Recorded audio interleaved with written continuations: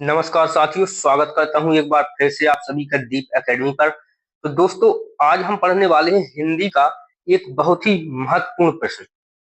प्रश्न है, हिंदी में उपन्यास सम्राट किसे कहा गया है? इनके दो उपन्यासों के नाम लिखिए।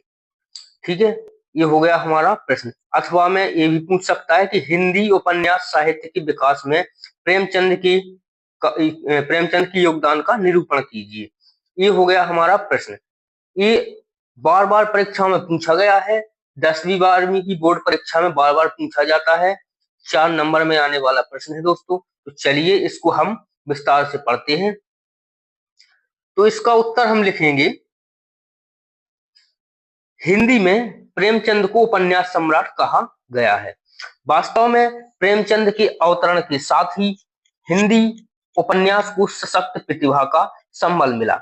यानी कि प्रेमचंद के जन्म के बाद ही हिंदी उपन्यास को एक सशक्त प्रतिभा का संबल मिला। उनके आने के बाद ही हिंदी उपन्यास पूर्ण रूप से विकसित हो पाया है। प्रेमचंद ने नवजात उपन्यास विद्या को पूर्ण विकास तक पहुंचाया।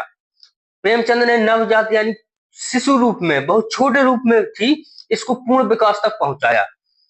गोदान, कर्मभूमि, सेवा सदन, प्रेमाश्रय, निर्मला, गबन आदि आपके उत्कृष्ट उपन्यास हैं।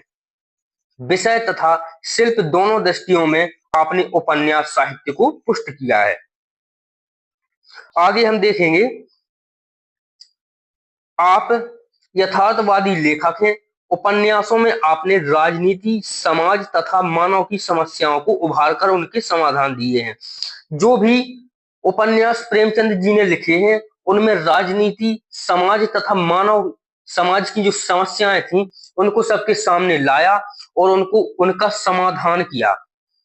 इस प्रकार से उन्होंने अपने नोवेल में, अपने उपन्यासों में लिखा है।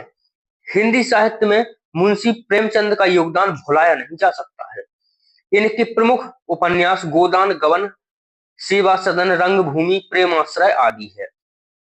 हिंदी साहित्य में जो मुंशी प्रेमचंद जी का योगदान है, उसको नकारा नहीं जा सकता। मुंशी प्रेमचंद जी हिंदी साहित्य जगत के एक महत्वपूर्ण लेखक रहे हैं। इनके बिना हिंदी साहित्य एकदम अधूरा सा है। इस प्रकार से आपको दोस्तों लिख देना है। इस प्रकार से आप अगर लिख देंगे तो आपके एक भी नंबर नहीं कटेंगे। तो इसी प्रकार से आपको अपने पेपर में लिख के आना है। तो अगर आपको वीडियो अच्छी लगी हो तो चैनल को सब्सक्राइब करें और वीडियो में एंड तक जरूर जुड़े रहें। अपने दोस्तों को शेयर करें। धन्यवाद। नमस्कार।